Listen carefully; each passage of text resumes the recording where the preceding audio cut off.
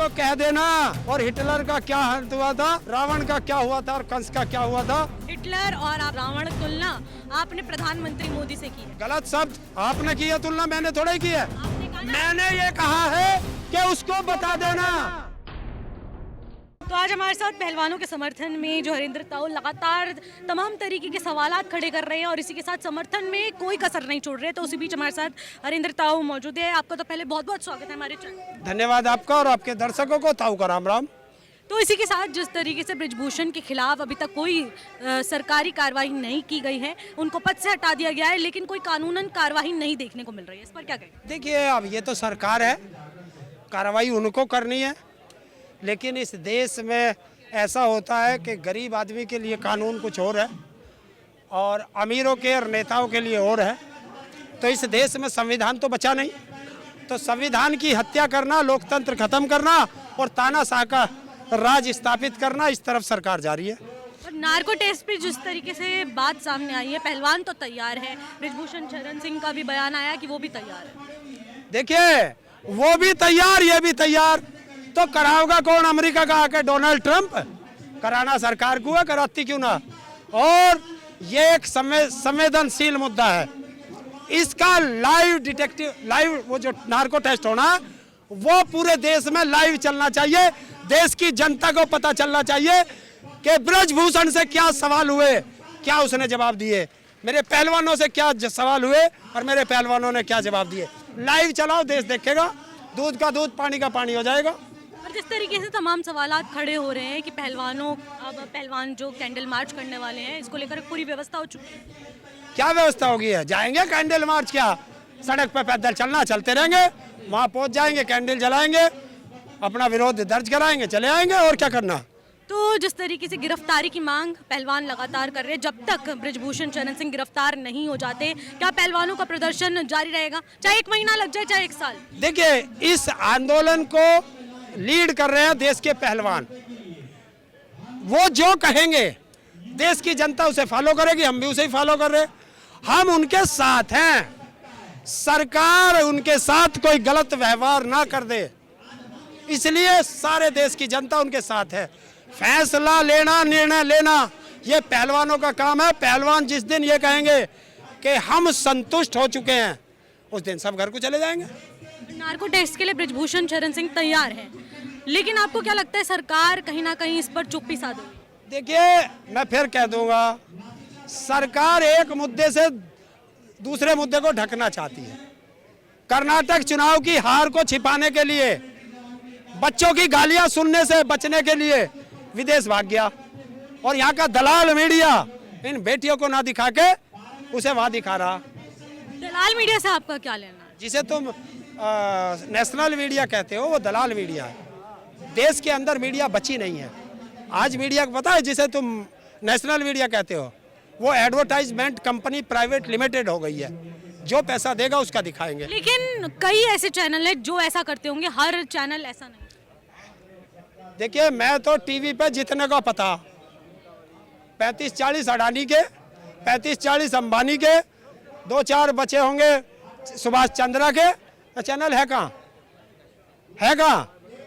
एक भी चैनल मुझे तो लगता नहीं। तो आपको लगता है कि कहीं ना कहीं मीडिया इस पे चुपता नजर आ रहा है? पहलवानों की आवाज क्या मीडिया नहीं उठा रहा? मीडिया तो दिखा नहीं रहा, लेकिन किसान आंदोलन भी हम सोशल मीडिया से जीत के आए थे, और इस आंदोलन को भी सोशल मीडिया से जीतेंगे। देश के हर बच्चे से मेरा अनुरोध है कि हमारे पास आईटी सेल नहीं है, बीजेपी के पास आईटी सेल बहुत मजबूत है, तो देश का हर बेटा, किसान का हो, मजदूर का हो, आईटी सेल बन जाओ अपने पहलवानों के, और जो ये जवाब दे उसका जवाब दो खुल के, कोई डरने की जरूरत नहीं, हम लोग खड़े हैं। 2024 का चुनाव नजदीक है, क्या लगता है कि पहलवानों की जो मांग है वो पूरी हो जाएगी? क्योंकि 2024 का चुनाव अब नजदीक है, तो इससे कहीं ना कहीं बीजेपी टारगेट हो सकती है। लेकिन अगर बीजेपी टारगेट नहीं होना चाहती तो वो शायद इन पहलवानों का। अच्छा, अगर चुनाव होंगे तो बेटियों को न्याय मिलेगा, और अगर चुनाव नहीं होंगे तो बेटियों की इज्जत ऐसे ही लूटेगी। तो इस पर आपका क्या कहना है, क्या लगता है आपको? इस देश में हर महीने चुनाव कराओ, ताकि कम से कम बेटियों की इज्जत सुरक्षित रहे। तो अगर बेटियों की सुरक्षा, क्या आपको लगता है सिर्फ चुनावी मुद्दा है? जब चुनाव आएंगे तभी। कहा ना, मैं तो नहीं, मैं आपको वही कह रही हूँ ना कि 2024 का चुनाव नजदीक है, क्या पहलवानों के समर्थन में अब सरकार कोई फैसला लेगी? देखिए, अब मैं भविष्यवक्ता तो हूँ नहीं सरकार का नुमाइंदा नहीं हूँ कि वो क्या फैसला लेगी, पर इतना जरूर है कि बेटियों ने जो मांग की है वो इसी जंतर मंतर से पूरी करा करके ही घर जाएंगे। अगर 1 साल लग जाए ये पूरी मांग देखिए, ना हो। 13 महीने का सर्टिफिकेट तो हम पे है। अब इसे सरकार 14 का करे, 15 का करे, 8 का करे। तो आपको अपने आप पर डाउट है कि आप नहीं जीत पाएंगे, क्या कि 13 महीने तक आप इस मैं ये आंदोलन कह रहा हूँ, 13 महीने का आंदोलन का सर्टिफिकेट है हमारे पास, जिसे हम जीत के गए थे किसान आंदोलन को।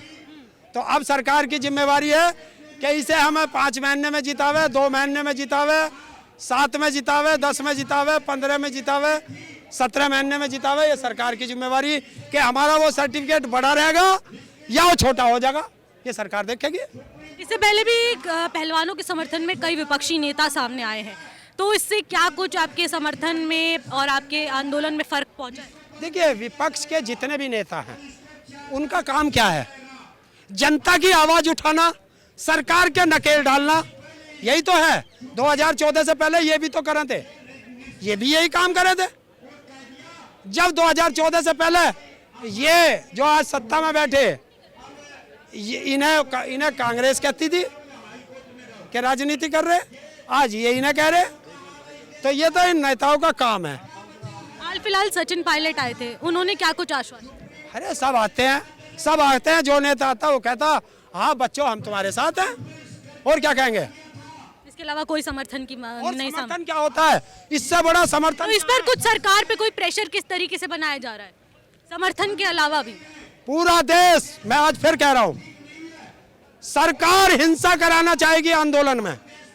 आप लोग कोई भी जो इस माध्यम से सुन रहा हो, कोई व्यक्ति हाथ ना उठावे, कोई हिंसा ना करे, कोई असामाजिक तत्व आता है उसे चुपचाप पकड़े, पुलिस को दे दो।